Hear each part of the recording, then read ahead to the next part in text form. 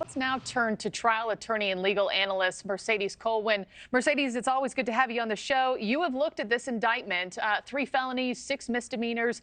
As an attorney, how serious are these new charges that just came down? Good morning, Markie. Great to be on with you, and I so appreciate the opportunity. It is very serious, and it was something that really a lot of us at the defense bar was expecting.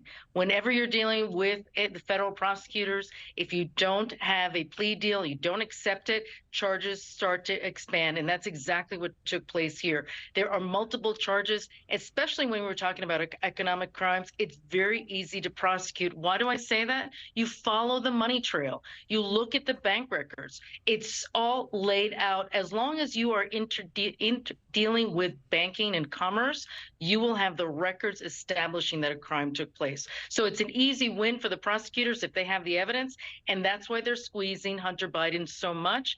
And frankly, there might be behind the scenes channeling discussions between the prosecutors and his defense team to try to get back to the table and get a deal in place. And speaking of a deal, let's go back to this summer. This case was this close to being resolved with a plea agreement that Republicans blasted as that sweetheart deal that would have gotten him out of jail time.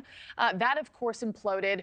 What changed from the moment that deal fell apart to now? That now these prosecutors have returned a 9-count indictment on top of the firearms charges he was already facing?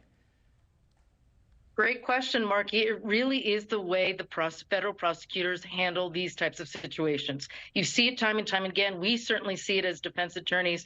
When you reject those plea deals, suddenly the prosecutors go back to the table, look for other charges. They have the evidence. Frankly, when they started this plea deal, all that evidence is already established. It's all about really creating greater and greater pressure on Hunter Biden and his defense team to come back to the table. It's not unusual. It happens pretty much all the time. And I also wanted to get your take, Mercedes, just on a statement that came from Hunter Biden's attorney, Abbe Lowell, that he made in response to those new charges. He said this: based on the facts and the law, if Hunter's last name was anything other than Biden, the charges in Delaware and now California would not have been brought. Mercedes, do you agree with that? Because I think a lot of people probably also heard that same quote and were thinking, well, if his last name was anything other than Biden, it wouldn't have taken 5 years to bring these charges. Where do you stand on that? Well, Mark, a great point, because so many of us have clients that are in these types of situations. It's nothing to do with the last name. It is all to do whether or not there's evidence of some criminality that's taken place. And when you have economic crimes, it is simple to bring those types of charges. Failing to pay taxes, how many thousands upon thousands, tens of thousands, probably millions of individuals that have faced those types of allegations. None of those individuals have the Biden last name, except for, of course, the Biden family that are being implicated in this criminality. But if these are all allegations are brought against individuals. Economic crimes are very simple to prosecute. If you fail to pay your taxes, you can bet your bottom dollar that you will be looked upon, you'll be audited, and if there's any action that's taken place that's criminal in any nature, prosecutors will be right there to do so. And the optics of this, of course, not good, as his father runs for re-election simultaneously. This is obviously the second criminal case that Special Counsel David Weiss has brought up against Hunter Biden after the gun charges back in December, or September, I should say.